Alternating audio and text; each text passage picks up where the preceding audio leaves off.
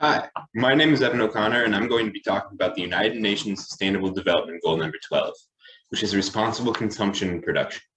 The target of Goal 12 is to reduce our environmental impact by altering production and consumption habits when it comes to commodities like food and energy. I chose this objective because I believe that Americans need to rethink how they spend their money and how many things and services they consume in general, really. I believe that individuals in highly developed countries should attempt to live as sustainably as possible because the environment is under so much stress to sustain economic growth and produce the resources we require. Since the pandemic, responsible consumption and production has become much more difficult due to unprecedented delays from COVID repercussions. Many plastics are no longer recycled, and wastes such as masks, gloves, and plastic surface coverings have become much more present in our landfills and trash production. So Target 12.1 comprises the establishment of a 10-year framework of programs on sustainable production and consumption patterns.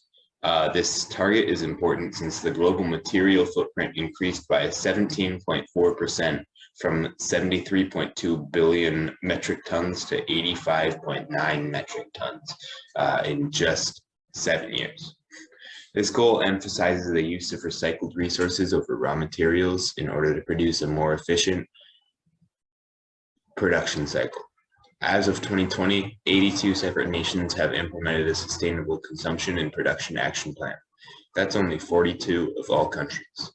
When this is an increase from previous years, it stands that 113 more countries will have to implement a sustainable consumption and production action plan within the next 9 years in order to meet this target.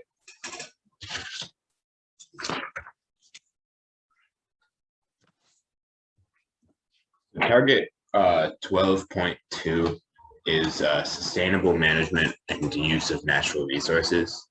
And they hope to achieve this by 2030, which includes sustainable management and efficient use of natural resources. Currently, food accounts for about 22% of total greenhouse gas emissions, most of which is coming from turning forests into farmland.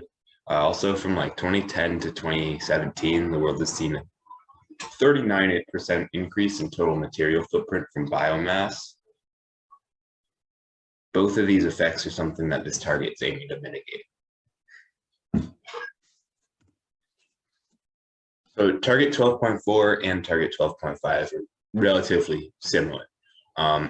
So for 12.4, the responsible management of chemicals and wastes. This target outlines ecologically appropriate methods for managing chemicals and trash over their full life cycle. This management will considerably minimize the amount of pollutants discharged into the environment, which will almost certainly have serious consequences for human health and the ecosystem. This goal was established for 2020, but it does not appear that the global community has made enough progress to fulfill it yet, despite the fact that our position has improved. There are international treaties that have been set in order to accomplish this target in a timely manner.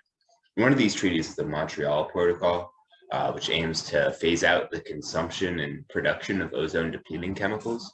The stratospheric ozone layer, which the layer that filters out harmful UV light, it's continuing to degrade, and it'll definitely cause further ecological damage if enough of these chemicals are emitted.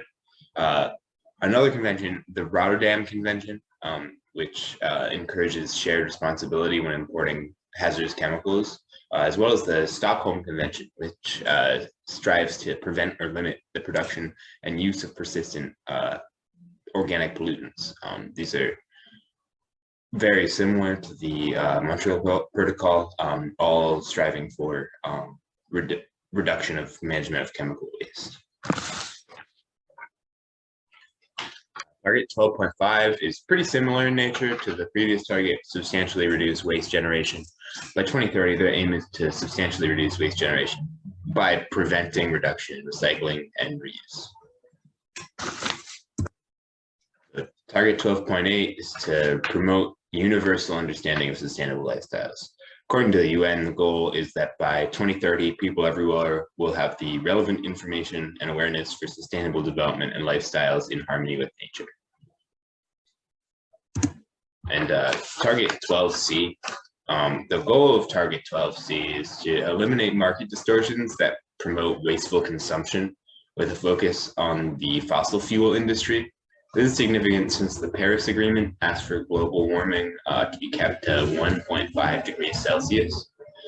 To achieve net zero emissions by 2050, global emissions must peak as soon as possible, with a fast reduction of 45% from 2010 to 2030.